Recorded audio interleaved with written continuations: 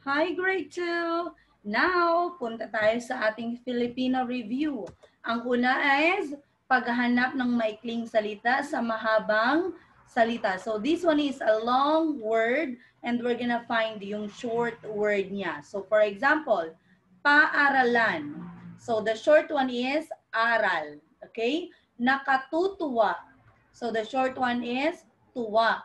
Naglalakad, lakad. Kagandahan, ganda. Ipinarada, parada.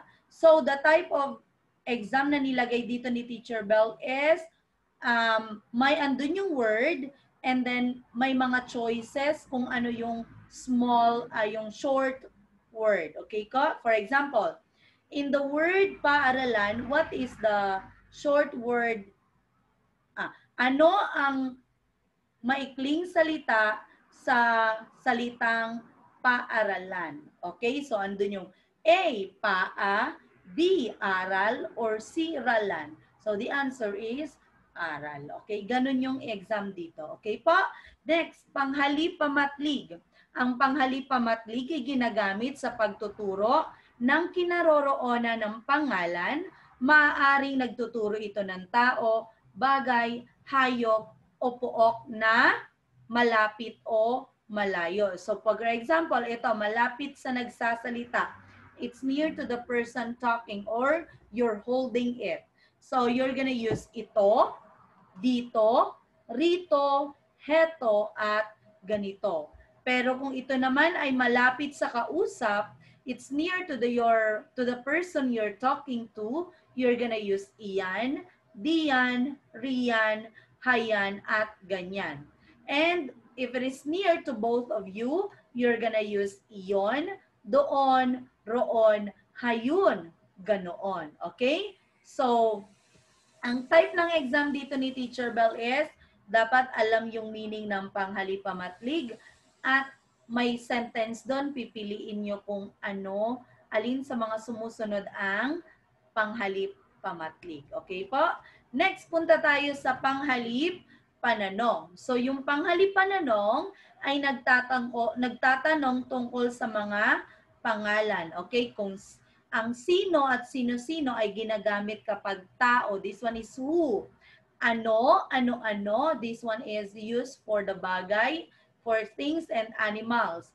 English of ano is what. Okay? Alin, alin-alin. It is used for things, animals, na may choices, and also ng places. So, alin is which one, okay? Saan, saan, saan is used for the place and you're asking where, okay? English for nito is where. Kailan, kailan, so you're asking for the events. So, the kailan is when. Kanino, kani-kanino, who's the owner of this thing, of this cell phone?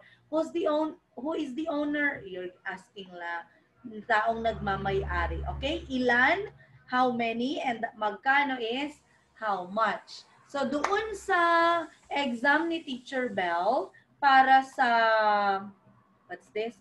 Para sa Filipino na panghalipananong, again, dapat alam yung meaning at pananong, pipiliin din kung nasaan yung ginamit na panghalip pananong. Katulad dito, saang lungsod na masyal si Nora? So, nasaan dyan yung panghalip pananong? So, saang. Okay? Sino-sino ang mga kasama niya? So, nasaan dyan yung panghalip pananong? Sino-sino? So, ganun din yung sa exam nyo. Okay, next. Punta tayo sa pista ng mga bangkero. Alam na alam niyo yung story na to, di ba? So, si Teacher Bell, kinumuha siya ng mga questions dito sa nasa book niyo, 114 to 115. So, pumili si Teacher Bell dyan ng questions. Hindi ko lahat yan sinama, pero pipili lang kayo dyan kung pumili lang si Teacher Bell ng kaunti dyan. Okay? So, saang lalawigan makikita ang talon ng Magdapyo? Makikita ito sa Laguna. Sa anong pangalan mas kilala ang talon ng Magdapyo? Sa Pagsanhan, Laguna. Okay. Anong sasakyan ang gagamitin upang makarating sa talon? You need bangka. Sino ang isa sa mga pangkat na mga taong tumutulong upang manatiling tanyag ang talon? Mga bangkero. Ilang lisensyadong bangkero ang makasasakay sa bawat bangka? 2. Saang bahagi ng bangka nakasakay ang isa hanggang 3 pasahero? Yung mga pasahero, yung passenger, saan nakasakay? Sa gitna. Okay, next. Bukod sa bangka, ano ang isang gamit ng bangkero sa pamamangka? Yung sagwan. Ano ang kuwebang gustong marating ng mga turista? Ano nga yung kuweba yon? May yun parang Devil's Cave. Okay, yung kuweba, Devil's Cave. Ano ang pistang parangal para sa mga bangkero? Pista ng mga bangkero. Ano ang tawag sa karera ng mga bangka? Regatta. Okay, so kumuha lang si Teacher Bell ng ibang question dito, pero hindi niya sinama lahat. Okay? So, aralin niyo din. May answer yung book niyo niyan kasi pina-answeran niya ni Teacher Bell. Okay, punta tayo sa pang-uri. Okay? Ang pang-uri ay salitang naglalarawan sa pangalan o panghalip. Naglalarawan ito ng kulay, hugis, lasa, amoy, laki, at katangian. So, yung pang-uri is yung adjectives. So, dun sa exam ni Teacher Bell, nandyan din yung meaning yan. So, dapat alam nyo yung meaning. So, next, masarap ang bibingka. So, ang pang-uri dito ay ang masarap. Ito ay mabango. So, ang pang-uri dito is mabango. Nanalo ang 2 kalahok. Ang pang-uri dito ay 2. Okay po. Next, practice tayo. Isa sa magandang tanawin sa Pilipinas ang Talon Magdapyo. Nasaan ang pang-uri? Please say it. Ready? Go. Correct. Magandang. Malakas ang agos ng tubig. Nasaan ang pang-uri? Say it. Go. Correct. Malakas. Next. Ang makukulay na bangka ay ipinaparada. Nasaan ang pang-uri? Say it. Correct. Makukulay. Ang bag ni Rika ay kulay dilaw. Nasaan ang pang-uri? Say it. Correct. Dilaw. Next, number 5. Bilog ang hugis ng buwan kagabi. Nasaan ang pang-uri? Say it. Correct. It is bilog. So, sa pang-uri, meron pa rin mga uri ng pang-uri. Okay? So, merong panlarawan, nagsasabi ng colors, shapes, taste, how big, and yan yung panlarawan. Yung pangalawa is pamilang. So, nagsasabi ng numbers, quantity, and the amount. Okay? Panlarawan at pamilang. So, dito, si Teacher Bell ang type ng exam dito is may sentence and then i-identify nyo kung ito ay panlarawan or pamilang. Okay po? Yan yung type ng sentence dun sa nandoon. Okay, next. Let's practice. Isang tanawin sa Laguna ang Talon Magdapyo. Panlarawan or pamilang? Ready? Say it. Correct. Isang pala. Isang is pamilang. Napakaganda ng talon. Nasaan ang pang-uri? Napakaganda. At ito ay panlarawan or pamilang? Correct. Panlarawan. Next. Pinaghihiwalay ito ng 2 daluyan. Nasaan ang pang-uri dyan?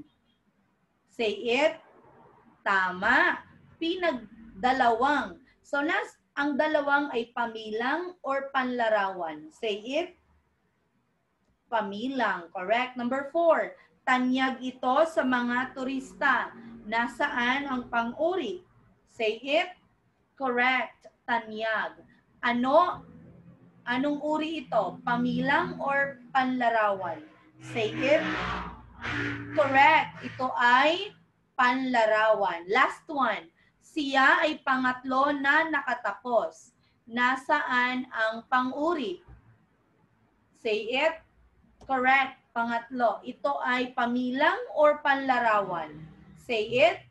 Correct. Pamilang. So, ganyan yung exam. Pero dun sa identify nyo kung pamilang or panlarawan. Next, pandiwa, yung action word. Ang pandiwa ay salitang nagsasabi ng kilos o galaw. Ito yung verb or action word. So, dito, you need din na maalala nyo yung anong tawag dito? Meaning, okay? Kasi need yan dyan. Pero hindi yan yung isusulat yung meaning. Ang ginawa lang is multiple choice. So for example, anong salita ang nagsasabi ng kilos o galaw? A, pandiwa, B, pang-uri, or C, panghalip? So the answer is A, pandiwa. So ganun yung nandoon. Kapag sinabi ni teacher ba, ito sa ganun ang ginamit ko sa saan ito? Sa mga meaning ng mga pandiwa, pang-uri, panghalip. Okay, panghalip pananong at panghalip pamatling. Next. So dito, ang pangdiwa dito is naglalaro. Ang pandiwa naman dito is nagtago. Okay? So si Rosa ay nagdidilig ng halaman. Nasaan ang pandiwa? Say it. Correct, nagdidilig. Ang nanay ko ay naglalaba tuwing linggo. Nasaan ang pandiwa? Say it. Correct, naglalaba. Ang tatay niya ay naglilinis ng sasakyan. Nasaan ang pandiwa? Say it. Correct, naglilinis. Si bunso ay umiiyak. Nasaan ang pandiwa? Say it. Correct, umiiyak. Number 5, nagwawalis ng bakuran sina ate at kuya. Nasaan ang pandiwa? Say it. Correct, nagwawalis. Okay, next punta na tayo. Ito yung last. Panahunan ng pandiwa. Okay, kung present, past, and future. Kapag naganap na, it means it's already finished, natapos na, nagaganap, ginagawa pa lamang or nangyayari or laging you're always doing it.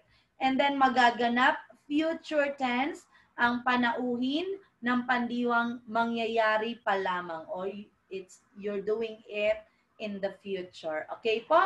So, yung exam doon ni Teacher Bell is sentence siya at i-identify nyo kung ito ay naganap, nagaganap, or magaganap. Okay? So, for example, kami ay kukuha ng pagsusulit sa isang linggo. Okay? Ano yon? Naganap, nagaganap, or magaganap? Tama, magaganap. So, ganun yung a-answer nyo lang. Okay po? I-choose nyo dun sa tatlo. Naganap, nagaganap, or magaganap. Okay? So, that's all everyone. And see you tomorrow for our quizzes review. Bye!